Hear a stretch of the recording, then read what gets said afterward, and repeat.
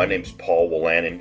I am the supervisor for the Substance Use Disorder Family Support Program in Clare, Isabella, Midland, and Gladwin counties for Wellspring. I've been in the substance use disorder addiction treatment field professionally for 15, 16 years. I'm also a man living in long-term recovery. So these are some really unique times, obviously. COVID-19, everything's changed. Everything we knew as normal is now not. We've had to adjust the way we interact with others, the way we do our work, the way we shop, the way we recreate. Those are just a few examples.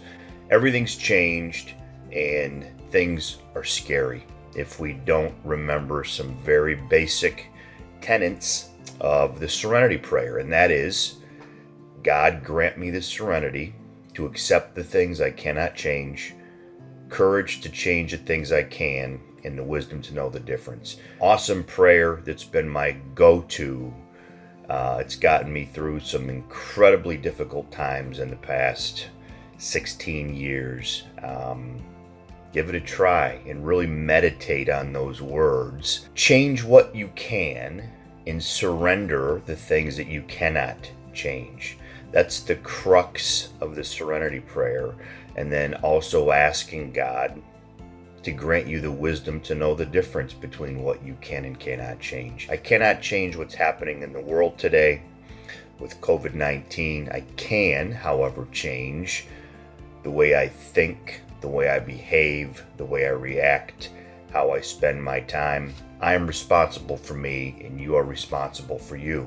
I'm home, as most of you are, as most of the nation is, and I'm really limited in what I can do I'm a big AA guy. Going to AA meetings, seeing buddies in AA, being involved in the recovery world. I can't do that now physically, but I can do that virtually, and I've been doing that, and it's really cool. And I would ask that you consider to do the same. Either if you're a person that's struggling with an addictive disorder, a mental health disorder, if you're prone to loneliness, isolation, depression, anxiety, reach out to people. A few more things. Tips for either people that are in recovery, looking for recovery, and these apply to anyone, even if you don't fall into those two categories. Number one, don't isolate. Again, you're home alone, you're behind enemy lines.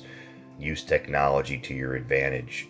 Call your friends, call your family, do video chats, go to online meetings. They have church and religious and spiritual services streaming virtually all over Michigan, all over the country or the world, most likely.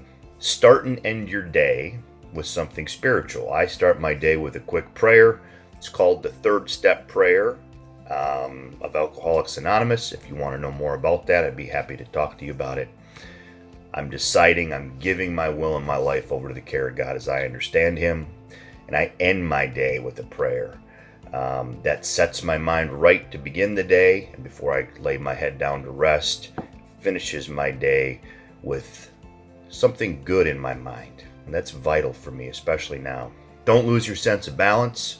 Do what you can with what you have where you're at. Get outside, get up and be active. Do whatever you can to adapt to the current situation, to encourage some normalcy in your life. That'll really help your mental health, your emotional health. That'll help you help others. That's vital right now. Remember to live one day at a time, and always remember to do only what's in front of you. Don't focus on tomorrow, next week, next month. Do exactly what's in front of you, then do the next thing. Last and final thing, remember to write a gratitude list. At minimum, rehearse the things that you're grateful for in your mind. I mean, there is a lot we have to be grateful for. I have a roof over my head. I have food in my refrigerator. I'm healthy. My wife is healthy. There's so much to be grateful for. And if we focus on those things, that'll tend to boost our emotional health. Make the best of it. Do what you can with what you have where you're at. Trust God. He's in control, not you, certainly not me. Remember, Wellspring cares. Have a great day. I'll talk to you soon.